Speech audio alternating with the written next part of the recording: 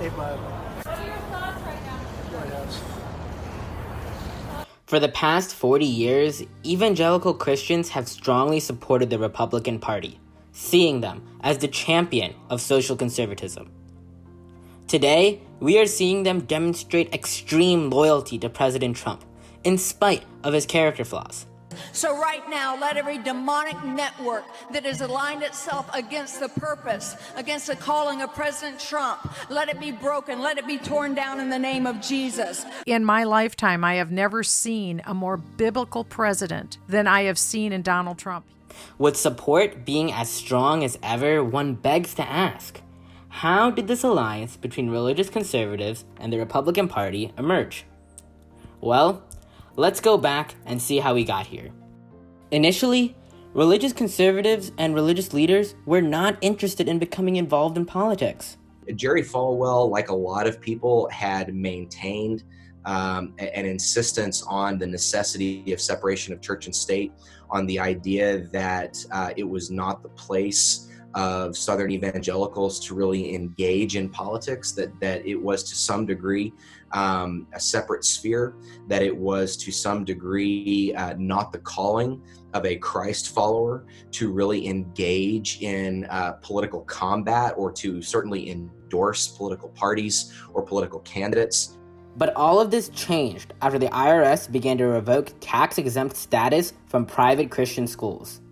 As a lot of private Christian schools that have been established in the 1950s and 1960s in the wake of Brown versus Board of Ed, in an attempt more or less to escape responsibility to integrate, a lot of private Christian schools that have been established in these suburbs begin to see their tax-exempt status with the federal government threatened. And of course, from the federal government's perspective, what the federal government is doing is they're looking in these academies and they're saying, you're not admitting children of color. Your neighborhoods are segregated. Your schools are segregated. You are creating an application process that by its very nature is going to reinforce white supremacy within these schools. Why should a federal government that is committed to racial justice, ostensibly, and to desegregation, why should a federal government provide these institutions with a tax break when they are unwilling to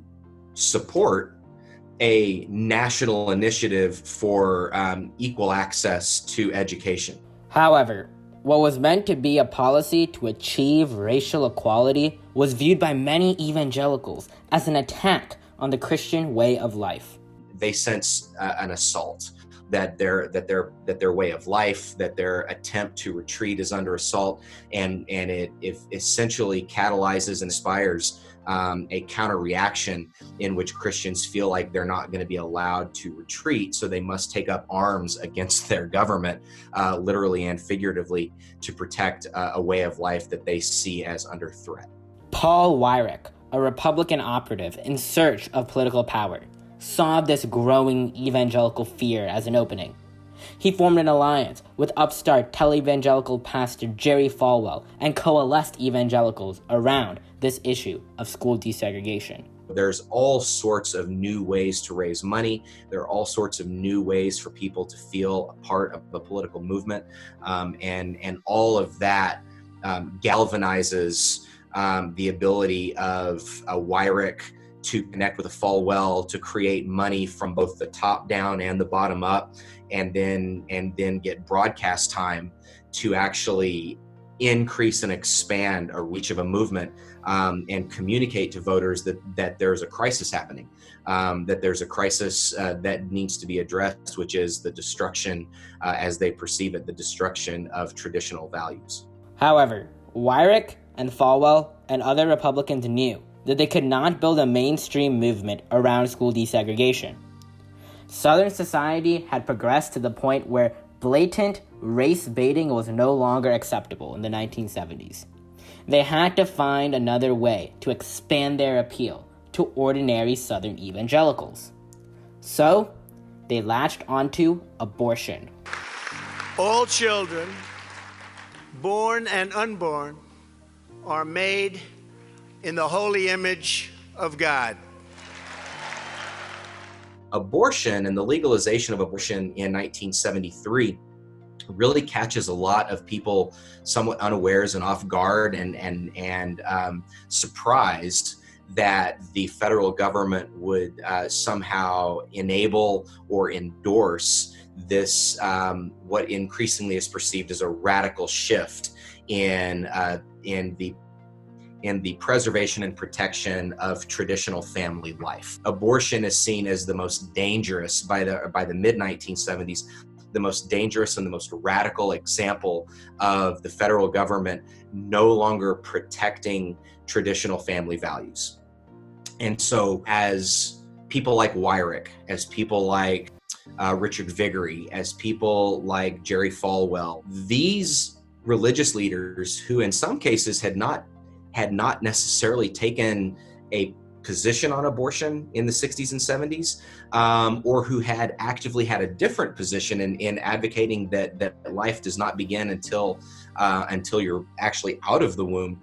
All of that begins to just shift in momentum, so that it's a catalyzing issue for religious leaders who no longer want to, by the late 1970s, be associated with the kind of race-baiting segregationism that by the late 1970s has really thankfully gone out of vogue. However, Wyrick and Falwell were still not satisfied. They wanted to build a national movement. Fortunately for them, around this same time, Anita Bryant was conducting her own crusade. Bryant was a household name in the 1970s. She was particularly famous for doing television commercials that were on constantly for the Florida Citrus Growers Association. She did commercials for Florida orange juice, but she was also famous for other commercials. She did Tupperware commercials and at one point Singer sewing machine commercials. She also had a number of hits, singles that sold over 1 million copies. So anyone who was tuned into popular culture knew the name Anita Bryant. But in the late 1970s, a gay rights ordinance would change everything. The gay community in Miami-Dade got together and presented to the Miami City Council a resolution that they just add 4 words to the existing ordinance. And those 4 words were sexual and affectional preference. As it happened, the city council held out. They voted to keep what they were going to do. That is to say, they voted in favor of adding those 4 words to the amendment, and it became law. Well, Anita Bryant was asked by religious fundamentalists if she would lead a charge against the law to repeal the law. She started an organization called Save Our Children. She organized the movement to repeal the amendment very well. There were speakers in every church around Miami-Dade County before the election to repeal the amendment, and the repeal passed 2-1 in favor of repeal. After her success in Miami, Bryant began crusading against gay rights all across the country. And she got religious fanatics such as Jerry Falwell on her side. They would travel around the country doing rallies talking about the terrible threat of the homosexual, and she used the most underhanded, really disgusting tactics, trying to say that, quote, all homosexuals were child molesters. If that ordinance was allowed to stand, it meant that homosexual teachers would be molesting their students and nothing would stand in the way of it. And that was the particular point that she made, that there would be homosexual teachers and homosexual Boy Scout leaders and just these terrible adults that would really harm children, and nothing would stop them from harming children because they couldn't stop themselves because homosexuality was so terrible and out of control. The leaders had tapped into the hot-button social issues of the time, and now began a sophisticated political operation to scare evangelical voters into supporting the Republican Party.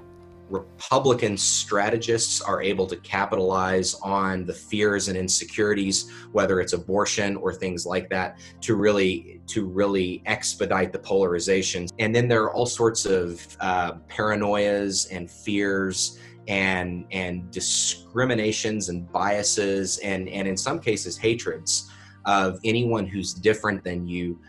It was just full of venom and full of how equal rights for women is just, it's a lesbian plot in effect, a gay and lesbian plot to make sure that women no longer had their traditional roles.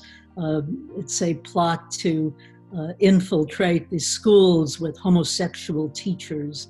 At the same time, Reagan courted this group.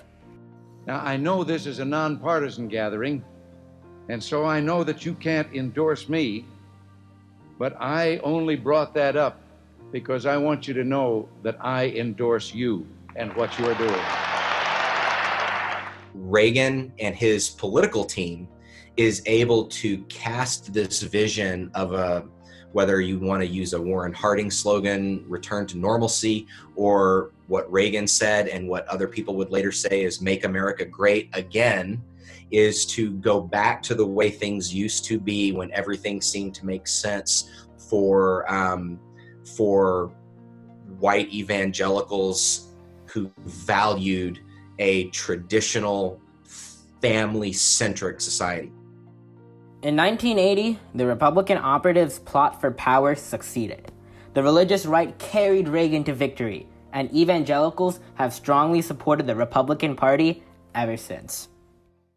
The rise of the religious right is merely one example of the broader issue of party polarization that has plagued our country. Today, history is repeating itself as we are seeing politicians on both the right and the left fanning the flames of division and fueling hatred. The more right the country gets with crazy pronouncements, the more left the country gets with crazy pronouncements. And I think that we have to find a meeting ground. Democracy is not going to work if we cannot negotiate, if we cannot, and Democrats deserve some blame for this, just as Republicans do. Everything is calculated for political effect, and not wanting to be seen as someone who reaches across the aisle or compromises their values. We've got to be able to listen, and so I encourage my friends in the religious right to stop and think and talk with people whose fears are very different than your own. And I encourage my progressive left, less religious or non-religious friends to stop and think and dialogue with someone whose fears are, again, not their own. We tend to reduce our enemies to a stereotype and to a set of ideals to which we can identify ourselves as directly opposed.